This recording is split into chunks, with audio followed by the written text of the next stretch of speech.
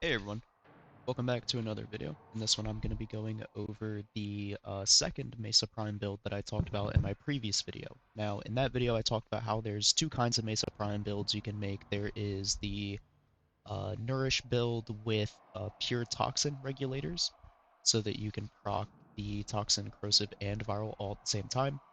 And then on the other side of that there is another build that you can make which is purely just kind of crit focused. So you usually run corrosive heat. You probably could run viral heat if you want to, but corrosive heat is definitely better. Um, so yeah, the Archon shards from the previous video, they're definitely just staying the same. Um, again, it depends on what you want. If you would like the regulators to fully armor strip, you can absolutely do that by keeping these here. These don't even need to be Tau forged. These can be just regular greens. Um, The oranges here will give you extra crit chance every time you kill an enemy affected by heat. If you'd like to lean heavily into the crit, then you would just replace these two with the Tau Forged Topazes. In terms of energy economy and everything like that, we have Nourish. This is just going to help keep the energy economy up while you are in her regulators and everything like that. For the actual build itself on her, we have something similar to the previous one. You got Pistol Amp, Cunning Drift. I'm not going to name all of them. I'm just going to read through and show you them. You can pause and look at them if you'd like. Arcane Hotshot and Aegis. You're running Hotshot for the additional critical chance for the regulators through that.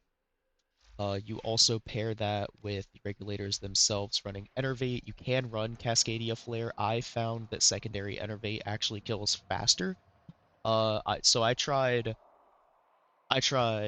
Enervate, I tried Flare with crit, Flare with damage, Flare with magnetic and radiation, Flare with just magnetic, Flare with just heat, Flare with damage and just heat, and then I've tried Enervate with um, Merciless Gunfight, I think is the name of it. Let me find it real quick. It's called a Merciless Gunfight. Yes, Merciless Gunfight. I've tried it with that. I've tried it with Anemic Agility. This is the build that I think kills the fastest. A lot of people like to see fancy red numbers. That's why the config name is red. You're gonna be hitting some red numbers. Again, my rule of thumb is you should not be judging a build based on the damage, but more so on the TTK. Because if your red crit, which is 5,000 damage, let's say your red crit's 5,000, if that's equal to my, if you have to hit a red crit to hit 5,000 damage, and I hit a yellow crit that's 5,000 damage, something is wrong with the red crit build. Full stop. Um, because that means you are investing extra stuff into making it hit the red crit, and it's hitting the same damage that I am, except worse, because yours is a red crit, which means your yellow crit is even worse than that. Um, So a lot of people like to, see the big red numbers pop up on their screen and everything like that. For me, I don't care. It doesn't really do anything for me. Uh, to be honest, most of the time, if I hit red numbers, then that tells me that I'm actually doing something wrong, because that means that I'm leaning too heavily into crit.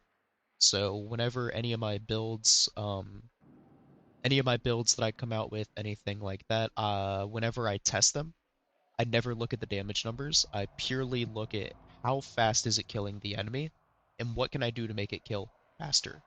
The other thing is, again, a 2000 damage proc that is slash does a vastly different amount of damage than a 2000 damage heat proc or toxin proc or corrosive proc, right? Those are two different damage types.